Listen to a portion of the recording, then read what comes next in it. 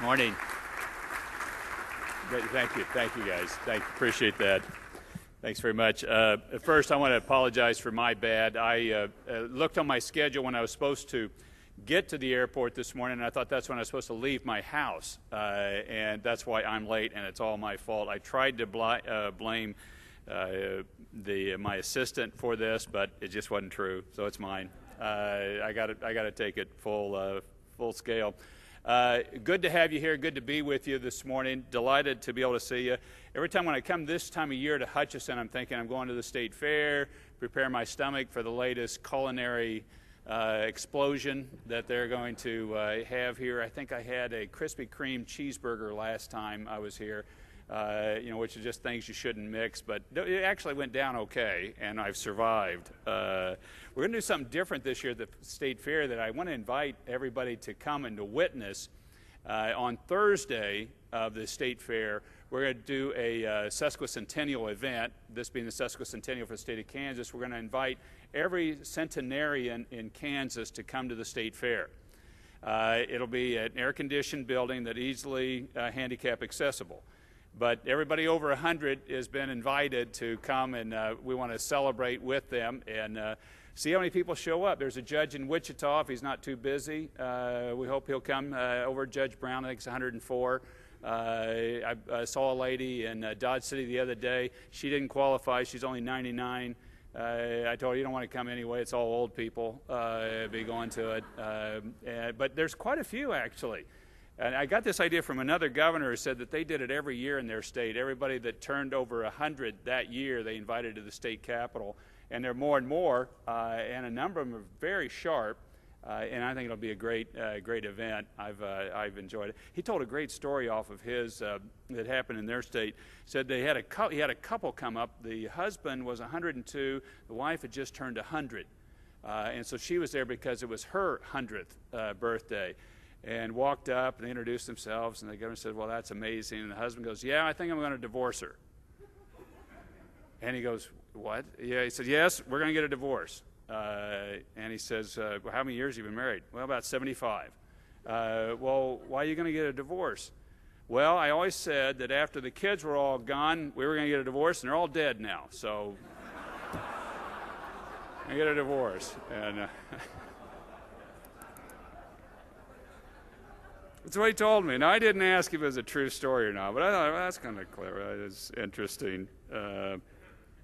It'll be an interesting event. I do want to hope people can come out. These will be individuals that have seen 2/3 of the history of Kansas. It really will be amazing. And I remember seeing one guy in Marysville that we thought at the time was one of the oldest, if not the oldest, World War I veterans. He was 107 years old, and his son took me in to see him. This was when I was in the Senate, and his son was no spring chick when your dad's 107. He took me in and had a great conversation. I asked him, "What's the biggest change you've seen in the country?" And he had this real pearl that he came out with. And he said, "It seems like to me what I've seen over the years is when I was younger, we didn't have anything, but we were a lot happier than we are now." And that's probably a pretty good insight that he had, that he gave. It'll be good.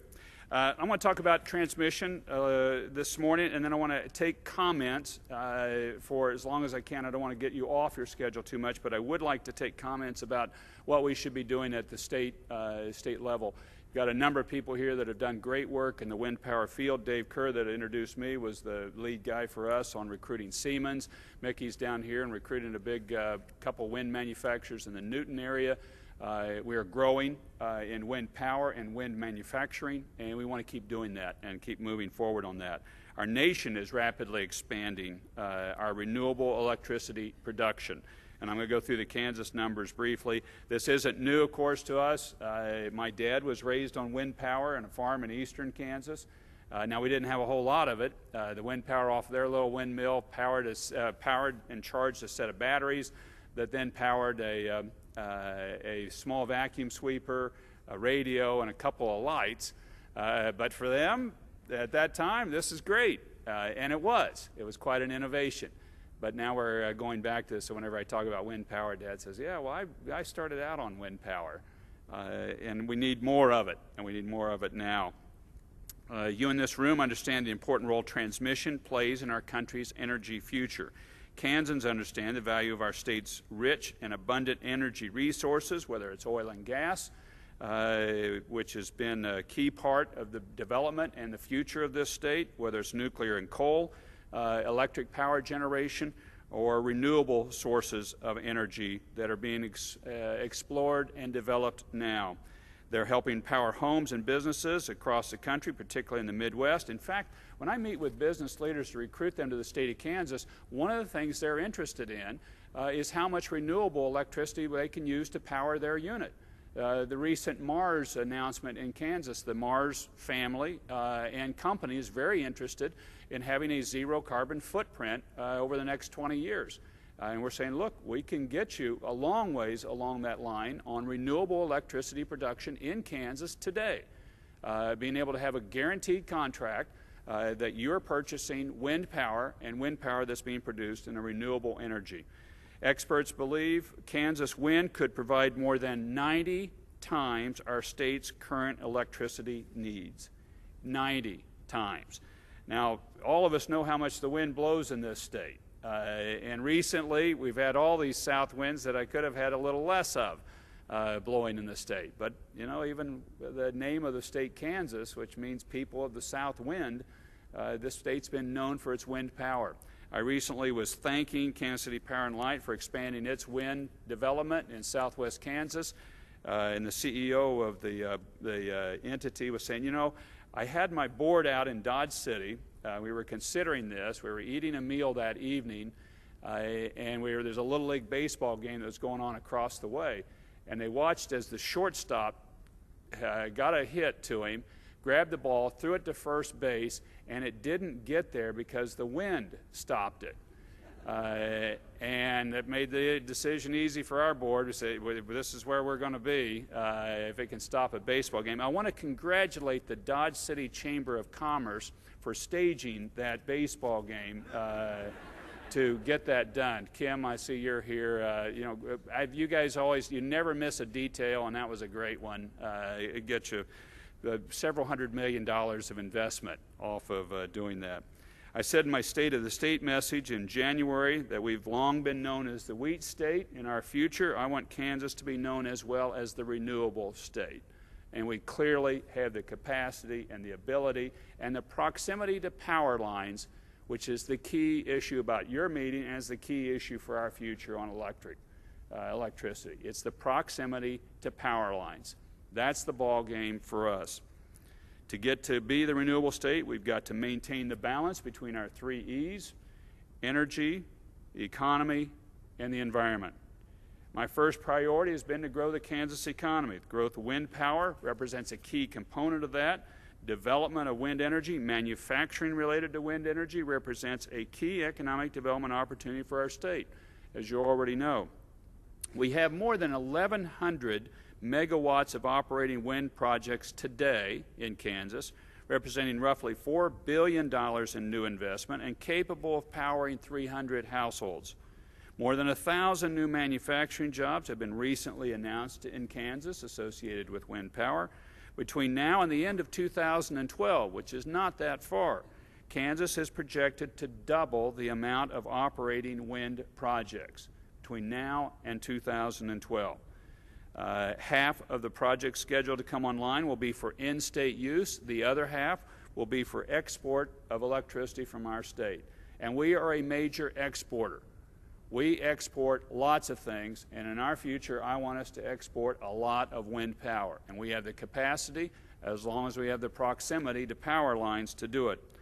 During the next 18 months of construction, Kansas will see as many as 2,000 new construction jobs, creation of nearly 100 new permanent jobs, tens of millions of dollars of payments to landowners, and billions in new investments. We must continue to support policies that encourage this growth to continue. Now, a combination of events has occurred that have driven the cost of wind energy to historic lows. Historic lows. An essential one is the federal production tax credit, of which I support the extension of that, and this will be a major fight in Congress in moving forward on the balanced budget effort, which I support as well. What you're going to see in this fight is not that dissimilar of what we've had in the state of Kansas. You have competing needs, you have competing desires, and you got to get in there and compete for it. We've got to balance our budget, but we also need to grow in our future, and we need to invest in places that will cause growth. I believe this is one. The price of Kansas wind electricity is competitive with traditional sources of electricity, and buyers can get guaranteed rates right now for the next 20 years. A rate set now that you can have for 20 years. And the prices are competitive with traditional sources of energy. Now is the time to buy Kansas wind. And I hope you will join me in saying to the rest of the country, now's the time to buy Kansas wind. These rates are phenomenal. You can lock them in for 20 years, and now's the time to buy. As you all know, the renewable energy sector of the Kansas economy cannot reach its full potential without increased transmission capacity, period. We got to have the transmission. Wind energy can't move in rail cars or through a pipeline. It is delivered via high voltage wires and large-scale transmission projects. Now, similar to how our state's highway system provides the infrastructure to get our agriculture and manufactured goods to market, investments in our electrical grid can deliver Kansas wind to consumers in our state and beyond. Now, my administration will continue to be supportive of the KETA project, the Y plan, and a potential direct current line across southern Kansas. I know Carl Holmes has been on point on these issues and very supportive of those, and I'm sure will continue to be in the future. Although I noted on the schedule when I was going through the attendees, when it said Carl Holmes, and then next to it it said liberal. And I was going, I didn't think so, but I wasn't sure, Carl. I believe you'll hear more about these projects later today. Now, if it said Tom Sloan, I'm kidding, Tom. You also will hear that building transmission capacity is not easy. The process of planning and siting the lines and determining how the cost of those investments in our infrastructure will be paid for are not easy tasks. The regulatory system that governs the process is extremely complicated and attempts to balance many different interests that often conflict. Fortunately, in Kansas, we've enjoyed our relationship with the Southwest Power Pool, which I will continue to push, and the KCC members will as well. Congratulations, doing a nice job working with the Southwest Power Pool, which is critically important for us in getting the transmission lines at a price that we can afford. The SPP has and will continue to be a key partner in moving our renewable energy to market, and I can't emphasize that point enough. To build these power lines that move this electricity to the major markets is a very costly process, and it needs to be a shared one that we can share, that we will share and have our price and part of it too, but also making renewable energy available to a broader cross-section. The great work that has occurred thus far must continue. It really must. And let me just end this on a philosophical note before taking really comments or questions, but I prefer comments because we've got a lot of good expertise here in this room. As a country, America is always a work in progress. I think that's the way always to look at America. It's always a work in progress. It's a restlessness that this nation is. It never just settles in, and I don't think you can point to a time in American history where it's just, okay, it's just calm and settled. It is always a place that is a work in progress, and that restlessness that is the American spirit is a spirit of adventure, that always around the next challenge lies a better America. Always around the next challenge here for us to get to renewable electricity lies a better America, which is true. This is true. It's not going to be easy. It's going to be difficult. It has to be balanced. But beyond this challenge lies a better America. And that if we work together, we discover two things. One, each other, we discover. We discover how beautiful and incredible is each and every person, and that we have no spare people in this country or in this world. Each is unique and needed for the mosaic of the nation. And second, we also discover that only by working together do we accomplish anything. I think that's why people get so frustrated often with what takes place in Congress or in administration or in governing body. They recognize inherently within themselves we only get something done if we work together. Now, there's going to be differences of opinion. There always are. But it's only by working together do we get things done. We are a nation of individuals bonded together in our common need for each other. I truly believe that life is relational and that God gives us problems so we build relationships to solve problems. In the end, it's not about the problem, it's about the relationship we form to address the problem. Which brings us to this conference. That's why you're here, is to solve a problem. And I would urge you, as you move forward in solving this problem, that you see it's really about building the relationship to somebody next to you, so that at the end of it, we've solved the problem, but more importantly, I've got a beautiful relationship that's something I can move forward with. That's something I have forever. So that's the real treasure that's here. I'm delighted to join you. I am delighted that such a high group, an important group, has gathered on such a key topic for our future. And I wish you every success in getting it done. God bless you all. Let me take comments that people or questions that you might have, and I don't have any way to moderate this other than somebody just pull the plug when they decide it's over with. We have microphones on either end, or if you've got a loud voice, you're welcome to stand up and address the governor.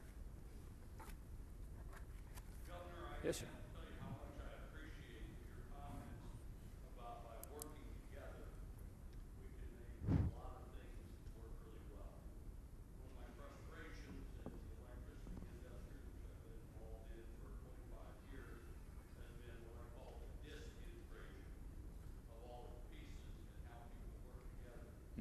What I'd like to share with you is that Kansas is a state I live in Colorado right now, and I'm home from Kansas.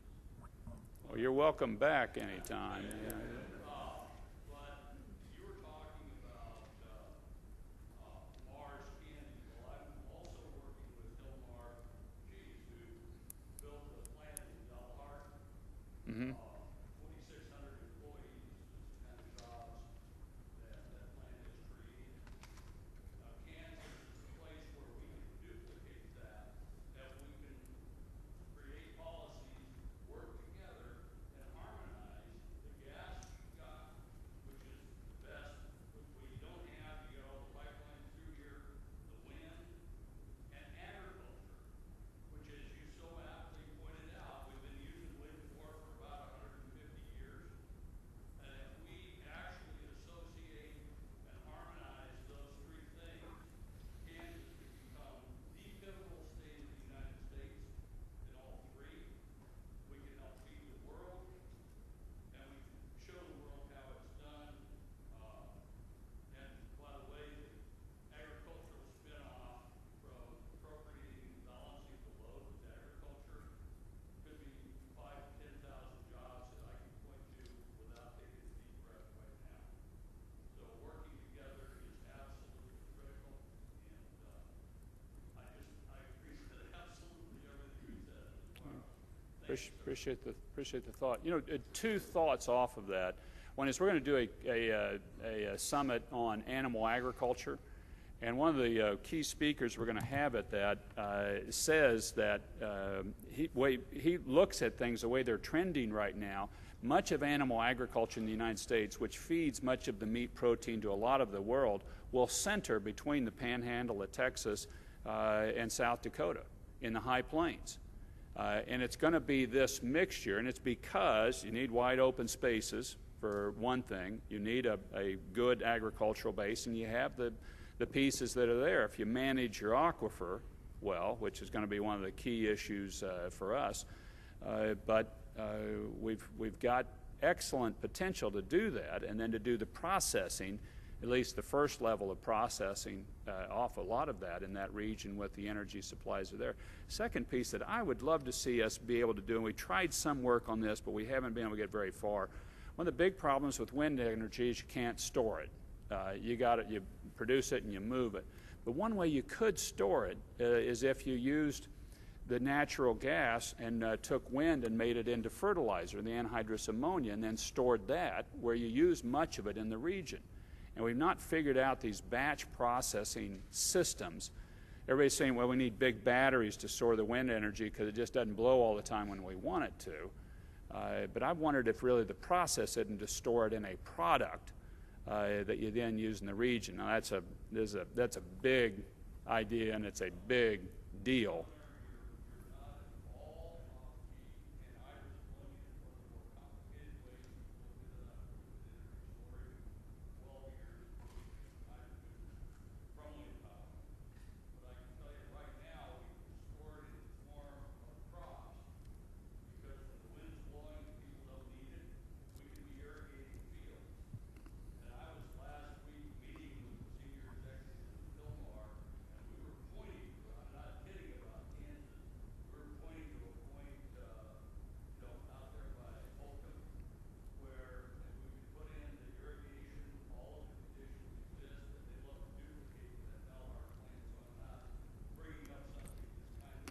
We'll follow up on it.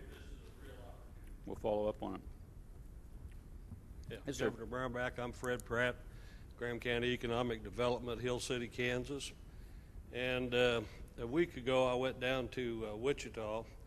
The Department of Commerce there held a meeting and brought in contractors, as you know, from all over the state.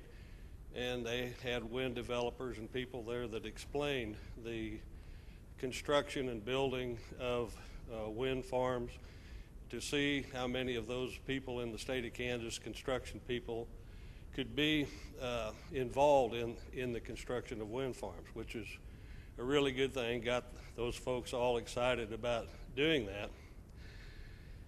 And you yourself have talked about, you know, the need of transmission capability Right. to get this wind power out of the state of Kansas.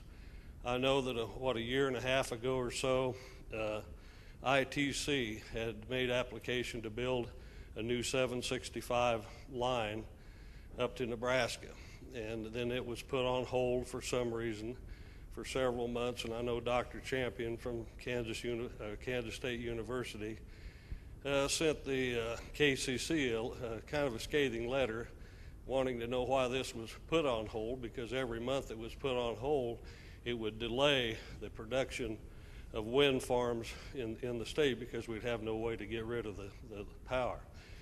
So then a couple weeks ago in the Hayes Daily News, there was a big article there that they'd started construction on a big power line with Westar and ITC.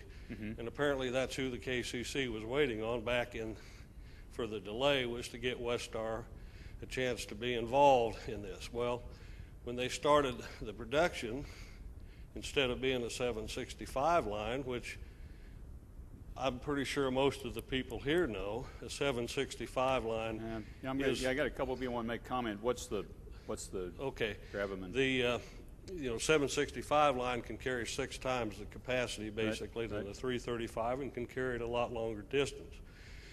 And yourself, we want to be able to build wind farms. We're going to put the capacity of 335 line very quickly, and then what does that do to our wind development? Apparently it will just stop that, but if you have a 765 line, you can carry a lot more. About getting the bigger one versus, I think that would be a better one probably for the KCC to address. I know the cost. I've done that. Yeah, I know the cost issue of going from that one to the next is enormous. And what you're going to lose is a lot more. Well, I'll let them address it some later on. Mark and Ward are both here to comment on that. Over here? Yes, sir. Governor, thank you so much for your remarks. Rolf Nordstrom with the Great Plains Institute. We're based in Minneapolis, but serve the whole Midwest. One of the things you mentioned in your remarks is the need for Kansas and this would apply to other Midwestern states to export power. Our observation is that one of the big barriers to that is that many states, especially along the eastern seaboard, the New England states, are not necessarily keen to import wind from the Midwest, even though it would be cheaper than the wind they could develop themselves. I mean, I think they've sort of made an internal, maybe both a political and an economic choice to say we'd rather pay a little extra for wind and develop it in our own states or offshore. So I'm just wondering if you've had, in the course of your interactions with other governors from those eastern states, whether or not you've had any conversations with them about sort of that tension there, and whether or not there might be some sort of, and I don't pretend to know exactly what this would be, but some sort of grand bargain where there could be sort of a win-win between these regions, Yeah. because otherwise, obviously, we need to get our wind to market both in Kansas and across the Midwest. You know, we tried, when I was in the Senate, we tried to get a overarching renewable energy standard put forward at a modest level, very modest level, and by that to really try to encourage the development of renewable energy and reduce CO2 emissions overall. That didn't move forward, and so it's been backed up really to be a state-by-state issue. And I think just the key issue for the entire electric grid in the country in the future and its reliability is to building the grid, and then let market forces compete on it, which we're pretty good as a country. When we embrace market forces, which we do generally, we're pretty good about things moving where they're the highest priority and where you can move the electricity front. I think that's a much more productive route to go than to try to have a bunch of governors sit down and say, okay, you know, let me into your state and I'll, you know, let you in here. That'll be hard for people to do. But I think if you just build a stronger grid out, the market forces are the more productive ones to embrace. Totally agree. They seem a little resistant to doing this cost share arrangement for building out the grid. No, there is. There's a big resistance in a number of other areas of the country, even more than New England. But I just think that the capacity we have and the ability we have here, with the proximity to market and power lines, this is a really good play for us. Good. Thank you. I see that is it. I thank you very much. I appreciate what you guys are doing. I particularly want to be appreciative and note that to the KCC for the efforts toward the Southwest Power Pool and getting the grid and the lines built on out. Keep it going. God bless you all.